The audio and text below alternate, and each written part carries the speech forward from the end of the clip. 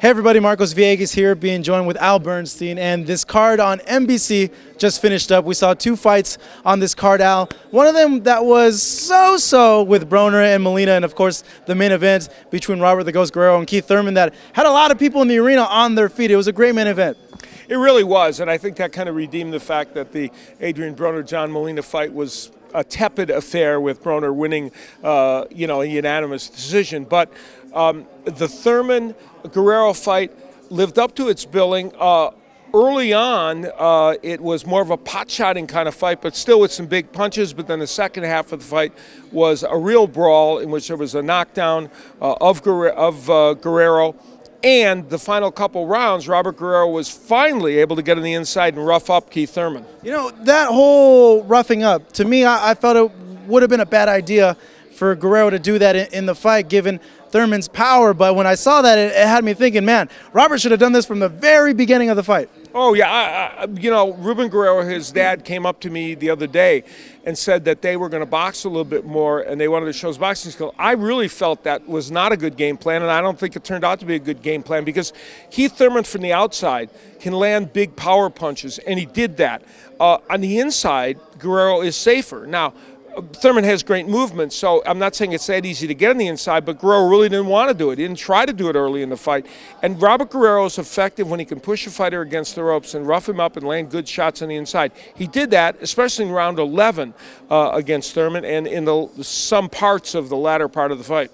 To me, I think Thurman, little by little, is showing that he has a lot more than power. He's showing that he's multifaceted in boxing. And in the later rounds, he was on his bike, but he had reason to. He was winning the fight. But to me, that impressed me because of his footwork and his ability to evade Robert and still counter when he was moving away.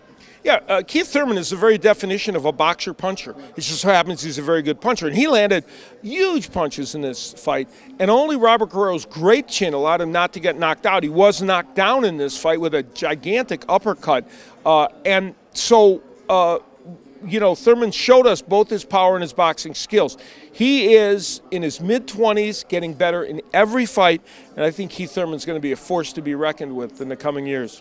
I know people always push for knockouts with Thurman, but as the competition gets more and more higher, you can't always get those knockouts, but at least he's still pleasing the fans by knocking people down. And Guerrero's chin made out of adamantium. He's like the Terminator. Moving now to the co-main event. We were expecting Molina to kind of follow the game plan of a Marcos Maidana, rush Broner, rough him up, throw a lot more punches. He didn't really do much in the fight. No, he had that great fight with Lucas Matisse, Molina, in which he did get stopped, but he had Matisse down twice.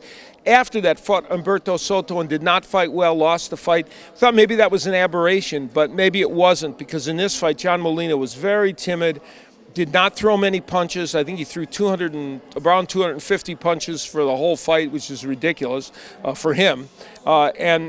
And I just wasn't the John Molina we'd seen in other fights. When he did get aggressive, he was actually effective against Adrien Broner, but didn't do it very much in this fight. I felt Adrien would kind of move a little bit more, and he did later on in the fight, but there was times when he was in there with the bigger guy, and he was handling his power, given that Broner's really a 35er. Yeah, well, and so is Molina, but yeah, right. I mean, Adrien Broner, it has a reputation as being a really good moving fighter, but I don't really think he's that great a mover.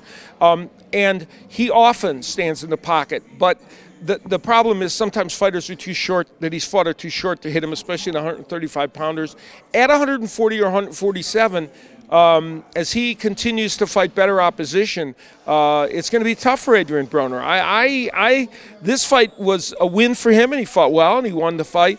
But I don't think he demonstrated in this fight that he is definitely an upper echelon 140-pounder.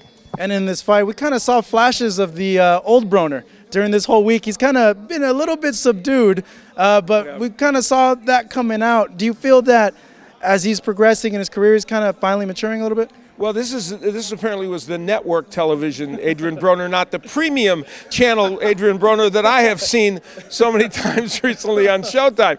And so he was a kinder, gentler version of him. But though he did have his moments inside the ring where he was a showboater, but and some of it may be that he's changed his approach a little bit. God knows some of the things he did before pushed the boundaries of good taste. I think that there was wheels working there in the fight that he wanted to, but then he thought, oh, maybe I shouldn't.